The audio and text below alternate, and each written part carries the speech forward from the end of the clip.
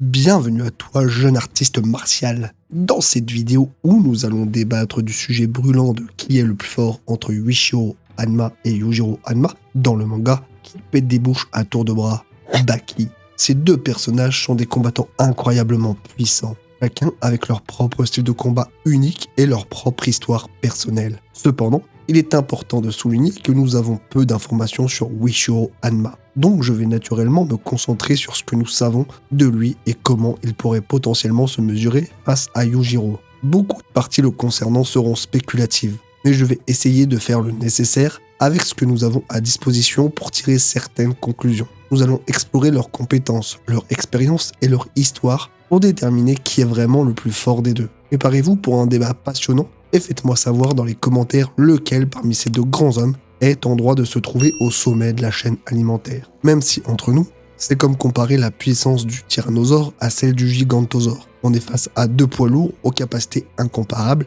et qui pourraient certainement mettre fin à l'humanité s'ils le décidaient. Maintenant que ces choses dites, passons aux choses sérieuses. Ce n'était pas pour l'armée impériale, ni pour les habitants. C'était pour un seul homme, Hanma Yuichiro. Cette phrase est très révélatrice de l'importance ainsi que du niveau de Hanma Yuichiro dans l'histoire. Elle indique que l'armée impériale et les habitants ne sont pas les véritables raisons pour lesquelles cette armée a été déployée, mais plutôt pour un seul homme, Yuichiro. Cela montre d'ores et déjà qu'il est considéré comme une menace suffisamment importante pour justifier l'envoi d'une armée entière contre lui, et que sa force est considérée comme surhumaine, dépassant de très loin leurs attentes. Ainsi, la première fois que nous entendons parler du père de la créature la plus forte sur Terre, c'est lors de l'affrontement légendaire entre Yujiro et son fils. Qui d'autre que le géniteur de l'antagoniste le plus redoutable du Bakiverse aurait alors pu s'immiscer dans ce combat le plus attendu du manga de la manière la plus inattendue qui soit. Le sujet en question a fait une apparition fugace, comme un fantôme, après avoir été considéré comme mort. D'alors que nous avons droit à un flashback.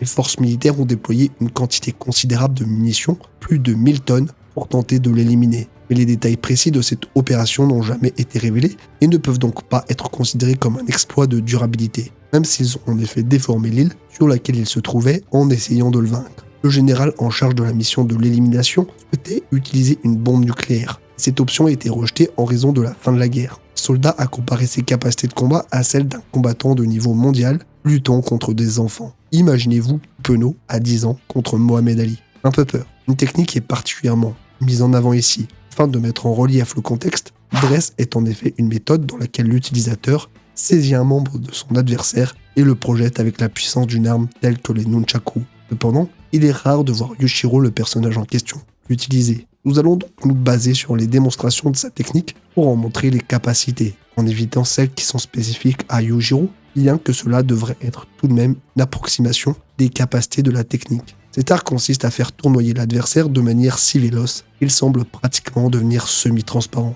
ayant ainsi une illusion de protection pour l'utilisateur. Cependant, comme l'a fait remarquer Oliva, l'homme le plus fort des États-Unis tout de même, il ne possède pas la puissance requise pour la reproduire. Grâce à sa rapidité et à sa précision, l'utilisateur peut neutraliser les adversaires sans recourir à la force brute, tout en maintenant une distance de sécurité. En somme, c'est une technique de combat élégante et efficace, qui requiert une maîtrise considérable pour être utilisée de manière optimale. Après avoir vu cette technique, environ 2000 personnes ont préféré plonger en mer plutôt que de courir le risque de rester sur le navire avec lui. La scène où Yuichiro tord le cou d'un individu d'une manière peu conventionnelle, jetant le cadavre avec une telle vitesse que les soldats à distance ne peuvent réagir avec leurs armes à feu, est également assez significatif de son incroyable puissance physique. Cet exploit de vitesse, combiné à sa capacité à frapper à travers un pont en bois censé résister à des coups directs de gros calibre, témoigne de sa capacité à infliger des dommages considérables à ses adversaires. La carrure non naturelle de Yuichiro ajoute également à sa puissance physique, et c'est souvent souligné par les individus que le voient pour la première fois, y compris Baki qui dénote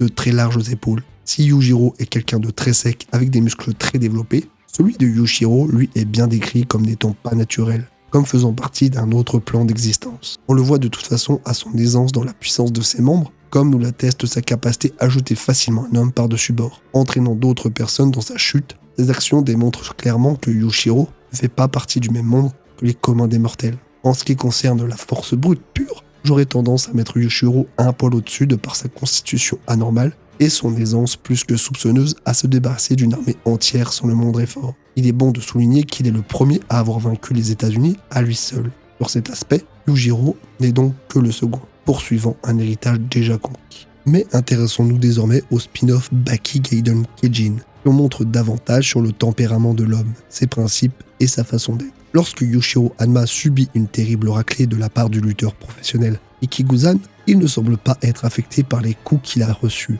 Cela pourrait être considéré comme une preuve de sa résistance physique surhumaine, capable d'encaisser des coups qui auraient mis KO un individu ordinaire. Il est également possible que cela soit un choix de l'auteur de montrer Yushiro comme un personnage qui encaisse les coups sans broncher, malgré la douleur. D'ailleurs, hormis une petite giclée de sang, rien ne montre qu'il subit de vrais dégâts, et qui est par ailleurs confirmé par le plus grand maître du karaté, car en effet, selon Doppo, les attaques de Rikiguzan ne sont rien pour Yushiro, ce qui montre que son endurance est supérieure à celle de ses adversaires. S'il ne bronche presque pas après un coup de pied à la mâchoire de Doppo, Yushiro affirme toutefois qu'il pense avoir la mâchoire brisée.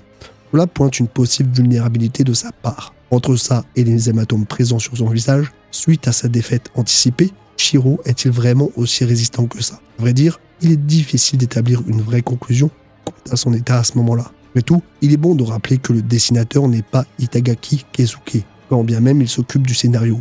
On peut imaginer que le dessinateur, ici Miyatani Kenko, a souhaité rendre cela un peu plus réaliste et crédible, en affectant davantage son corps. Ce n'est toutefois que théorique et rien ne nous le confirme. Ce qui est certain, c'est que jamais Yujiro ne serait affecté par un tel coup, y compris sur un malentendu. En revanche, difficile d'envisager que sa version de Baki Gaiden n'a pas subi une petite perte de régime, quand on la compare à celle de Son of Ogre. Il est toutefois capable de connaître le style de combat de Doppo simplement en examinant ses mains et d'identifier instantanément les blessures de ce dernier. Et revenons un peu en arrière. Lorsque Yuichiro, sous forme d'esprit, a fait son apparition lors de la bataille entre Baki et Yujiro, la réaction de ce dernier a été très notable. Il était visiblement anxieux, presque terrifié à la vue de son père. Les expressions de Yujiro en présence de Yuichiro suscitent en moi des pensées sur un combat antérieur entre les deux dans lequel Yujiro l'aurait lamentablement perdu contre son père. L'aspect captivant de la situation réside dans le fait que Yuichiro se moque ouvertement de Yujiro en mettant en doute son expérience de par l'idée qu'il se bat contre un enfant, suggérant implicitement qu'il aurait pu vaincre Baki plus efficacement que Yujiro ne l'a fait. Les expressions de Yujiro en présence de son père sont donc une caractéristique de leur passé conflictuel. Et que dire de la réaction de Pickle? Voyez par vous-même, ça se passe de commentaires. En fait, il paraît évident que les deux Hanma possèdent à peu de choses près les mêmes techniques. On peut dire que si Yujiro a la capacité remarquable d'apprendre et de maîtriser rapidement les arts martiaux en les observant simplement, il est raisonnable de supposer que son père, Yuichiro, aurait également cette capacité en raison de leur relation génétique et de leur héritage similaire. On sait par exemple qu'il dispose du Demon Back, comme tout Hanma qui se respecte. Cependant, si Yuichiro est plus fort que son fils dans tous les domaines, il est possible qu'il ait une connaissance plus approfondie et une maîtrise plus avancée des arts martiaux en raison de sa force physique supérieure et de son expérience supplémentaire. D'accord, on a donc le point de vue de la plupart des personnages qui ont assisté à cet événement, sans pour autant avoir de preuves concrètes à l'appui, si ce n'est quelques démonstrations qui paraissent évidentes. Il serait malvenu de sous-estimer la puissance de cet homme qui a donné naissance à la créature la plus puissante de la Terre. Maintenant, et c'est bien normal, nous avons énormément plus d'éléments le concernant compte tenu de son rôle dans l'histoire. Parlons donc un peu de Yujiro et de la réputation qui tient à faire vibrer chaque muscle, chaque fibre de cet homme. Pour ça, j'aimerais revenir sur les conditions de sa naissance qui sont déjà propices à l'élever au rang de légende. En effet, au cours du mois où il est né, chaque nation sur Terre a décidé en secret qu'elle devrait se doter d'un arsenal nucléaire. Cela amène à se poser une question cruciale. Qu'est-ce qui amène à penser aux dirigeants qu'une immense crise se prépare? L'un des hommes présents le décrit comme une étrange sensation sur la peau. Aussi, chaque créature placée sur la pyramide des forces a automatiquement perdu un rang le jour de sa naissance. Rien que ça. Et cela alors qu'il n'était encore qu'un bébé. On le rappelle. Une façon de nous faire comprendre que Yujiro est un cas unique à nul autre pareil. Je veux dire, alors qu'il était encore à l'intérieur du ventre de sa mère, le gamin était pleinement conscient de ce qui se passait, le questionnant d'entrée de jeu sur la sage-femme s'il devait la considérer comme une ennemie ou non. Bref, un bébé qui dominait déjà tout le monde. Musashi, sans aucun doute le plus grand sabreur de l'histoire, voit en lui une montagne de trésors atteignant même les cieux. Et c'est loin d'être le seul à avoir de l'estime pour la bête sanguinaire. Que ce soit Obama qui lui voue le plus grand des respects, Trump qui se fait littéralement dessus en faisant sa rencontre, ou Bush qui devient son chauffeur personnel. Il paraît évident que quel que soit le chef d'État en vigueur, tous sont d'accord sur un point en particulier. Personne ne peut dompter l'animal. Et ce, quelle que soit l'armée ou les armes employées. S'ils ont déjà songé à lui envoyer une bombe nucléaire sur la poire et qu'ils se sont résignés, c'est que selon eux, pour avoir une chance de l'atteindre, encore faudrait-il qu'il aille de lui-même dans le désert du Sahara, seul, sans s'attendre à une quelconque attaque, et dire combien il est considéré comme inatteignable. Il semblerait même Et là, on part dans l'abus total et extrême qu'on aime tant que son poing soit plus fort qu'un impact nucléaire. Cela dit, et selon moi, son plus grand pouvoir reste celui d'élever ses longs cheveux rougeoyants dans les airs. Et cela même avec de la cire dessus. Non, vous aurez beau me dire tout ce que vous voulez, les cheveux longs sont synonymes de puissance dans les mangas. Une petite compilation pour l'exemple, vous voyez par vous-même.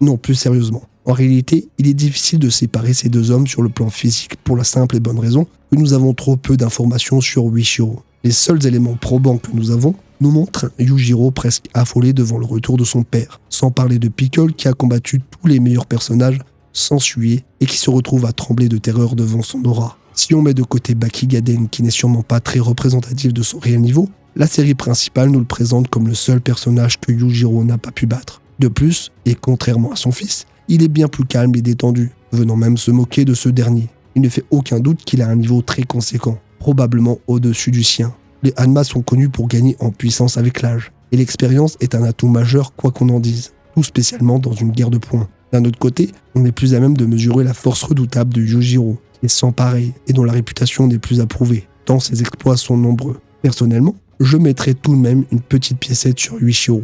Et vous? Dans tous les cas, j'espère que nous aurons bientôt droit à de vraies révélations dans de futurs chapitres, car même si la légende doit perdurer, je suis très curieux de connaître leur histoire, leur passif commun et la nature de leur relation. En attendant, vive Baki, vive les Hanma, et vive la grenouille qui s'est trouvée au mauvais endroit, au mauvais moment.